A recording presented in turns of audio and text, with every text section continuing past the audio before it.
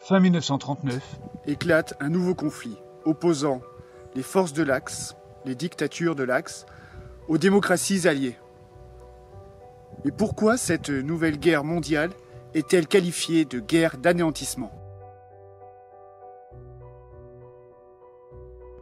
dans les années 1930, les dictatures fascistes en Italie, comme nazies en Allemagne, forment une nouvelle alliance contre les communistes, qu'on appellera plus tard l'Axe. Dès 1938, l'Allemagne réarmée revendique un espace vital. Elle annexe d'abord les régions de langue germanique, comme l'Autriche. C'est ce qu'on appelle l'Anschluss. En septembre 1939, après avoir signé un pacte de non-agression avec Staline, Hitler décide d'envahir la Pologne qu'il promet de partager avec son allié soviétique. La France, alliée de la Pologne, déclare alors la guerre à l'Allemagne. Mais la Wehrmacht contourne la ligne Maginot et grâce à la technique de la guerre éclair, elle traverse la Belgique neutre et en moins de 6 semaines met les troupes françaises en déroute. Aidés des fascistes italiens, les Allemands attaquent dès 1941 les colonies d'Afrique du Nord. Puis rompent le pacte de non-agression qui les liait à Staline et décident en juin 1941 d'envahir l'URSS.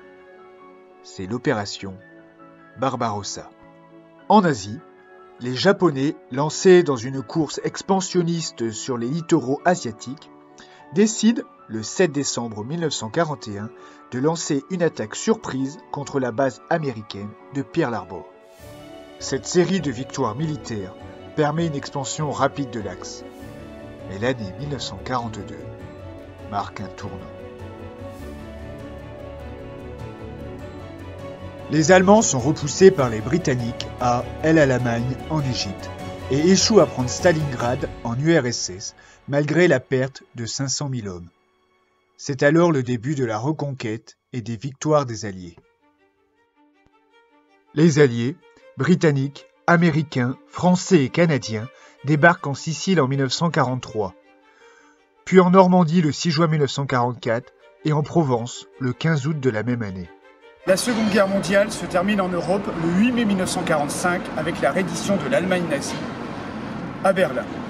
Mais on oublie souvent que c'est à Reims, le 7 mai 1945, que les Alliés, formés des Britanniques, des Américains, des Français et des Russes, que la reddition a été signée.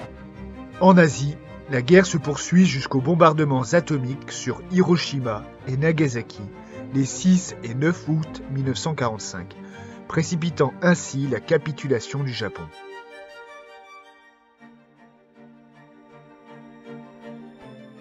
Comme le premier conflit mondial, cette guerre est totale, car elle mobilise les hommes, l'économie et la culture. Elle mobilise d'abord l'économie, car les territoires vaincus devront contribuer à l'effort de guerre des forces de l'Axe.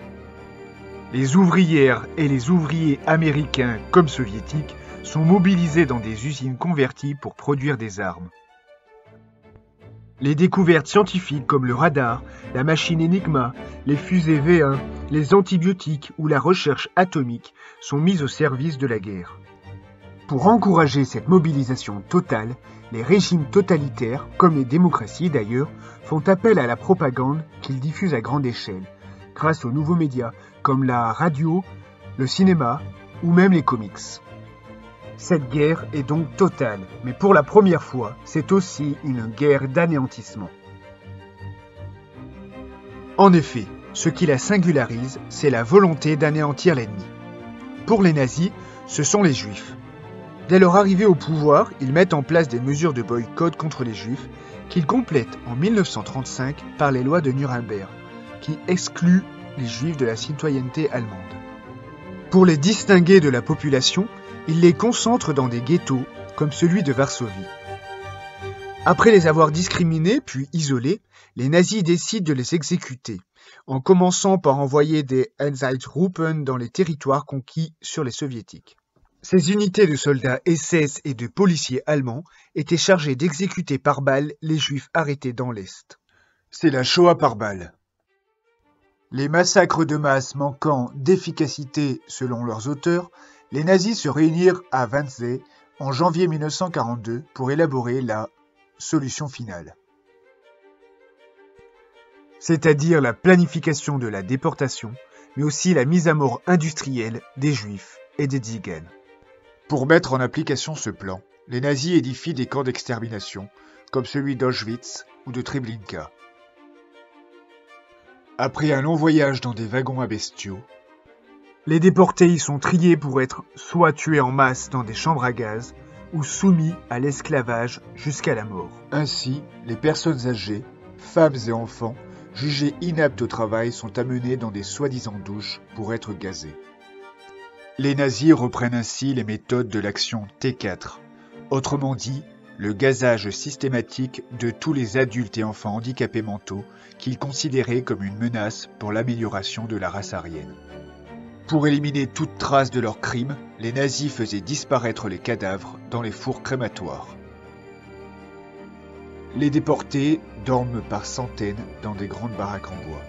Certains, tombés dans les mains de médecins SS, sont soumis à des expériences sordides, notamment pour tester des produits toxiques.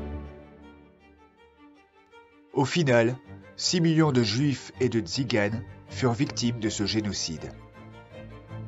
Ici, à Neisweiler-Struthof, nous sommes dans un camp de concentration, dirigé par des SS. Contrairement aux camps d'extermination, les camps de concentration visaient à condamner au travail forcé des condamnés politiques, des résistants, mais aussi ce qu'on appelait des asociaux. Ici, à Neisweiler, les déportés sont soumis à du travail forcé toute la journée dans des mines de granit. Mais gare à ceux qui tentent de fuir. Ils sont fusillés ou pendus pour l'exemple. Sans repos possible, de nombreux déportés mouraient d'épuisement. Sur les 52 000 prisonniers enregistrés dans le camp entre 1941 et 1945, 18 000 périrent dans le camp et dans ses annexes. Le reste de la population subit les rationnements et la destruction des villes par les forces de l'Axe au début du conflit, puis par les Alliés à la fin de la guerre. En Asie, pour anéantir l'Empire japonais, les Américains ont lâché les premières bombes atomiques, détruisant les 6 et 9 août 1945 les villes d'Hiroshima et de Nagasaki, tuant entre 103 000 et 220 000 personnes en quelques secondes. Les Alliés vainqueurs jugent les crimes nazis au procès de Nuremberg et instaurent par la même occasion la nouvelle notion de crime contre l'humanité. Pour éviter un autre conflit mondial, l'ONU est fondée avec une force d'intervention afin qu'elle soit plus efficace que la SDN pour maintenir la paix.